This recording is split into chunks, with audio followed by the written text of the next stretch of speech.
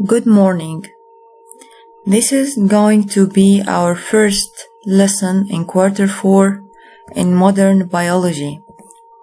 It is going to be about the circulatory system. What is the importance of circulatory system inside our body?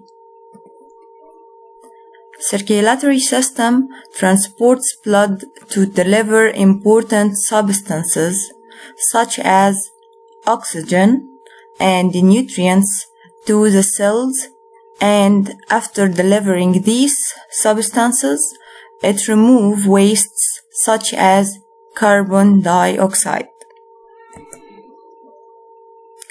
This is the shape of the blood circulation inside your body. Okay, here in the middle, this is the heart, the pump which help to deliver the blood all over your body and receive the wastes to get rid of it. Actually, there are two circulations occurring inside the blood circulation.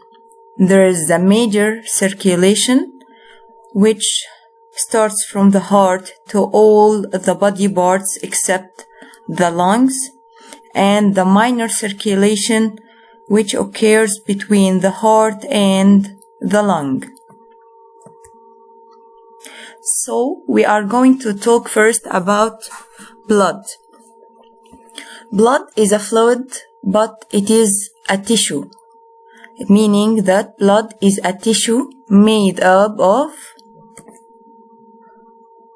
fluid,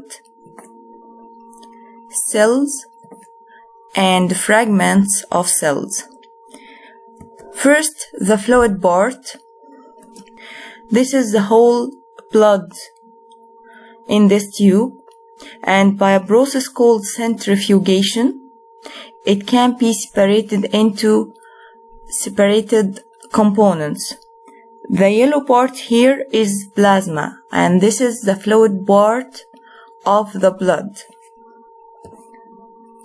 So we can describe plasma like this. Plasma is a straw-colored fluid, and it makes up about 55% of the total volume of the blood. This is the shape of plasma. Like what we said, it is a yellow or straw-colored fluid. This is the fluid part of the blood, and it makes 55% from the total volume of the blood. These are the remaining components of the blood, the cells and the cell fragments.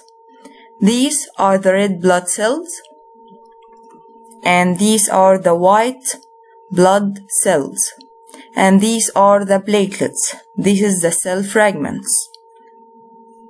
All of these parts are carried by the plasma fluid.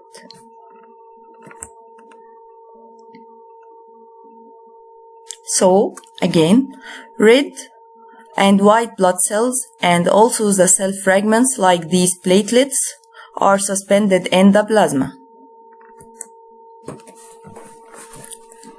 What do red blood cells do? First, we should describe the red blood cells. Red blood cells, just look here at the picture. It is round and shaped like a disc, right?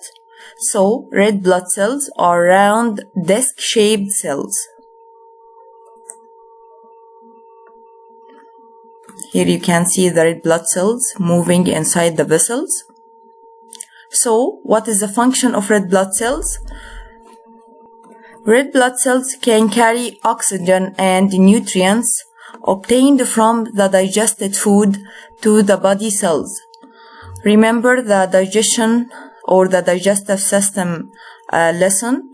We said that after the digestion of food, the digested food is transformed through villi in the small intestine, right, to the bloodstream. taken by the blood. This is the function of the red blood cells. Red blood cells make up about 44% from the total volume of the blood. So let's memorize again. The plasma is the fluid part of the blood.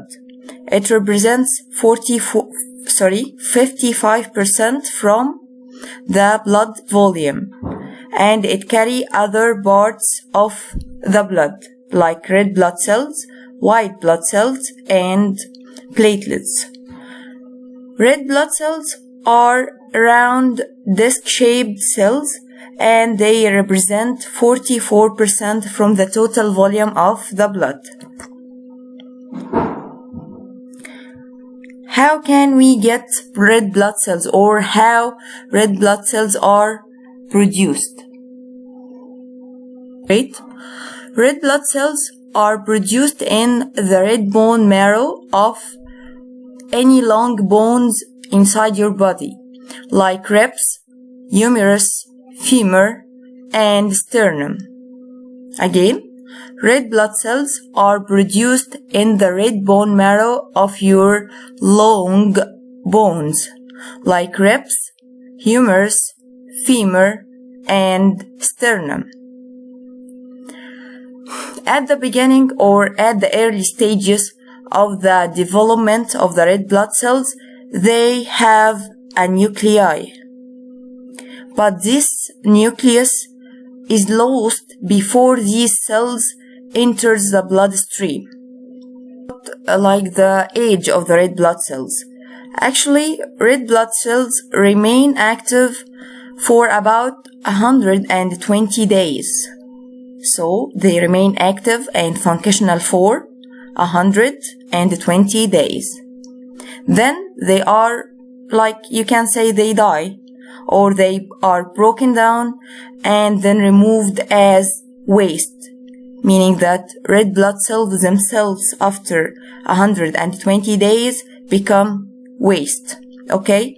These waste red blood cells, or these old red blood cells, are excreted or removed in the spleen and by the liver too. Hemoglobin molecule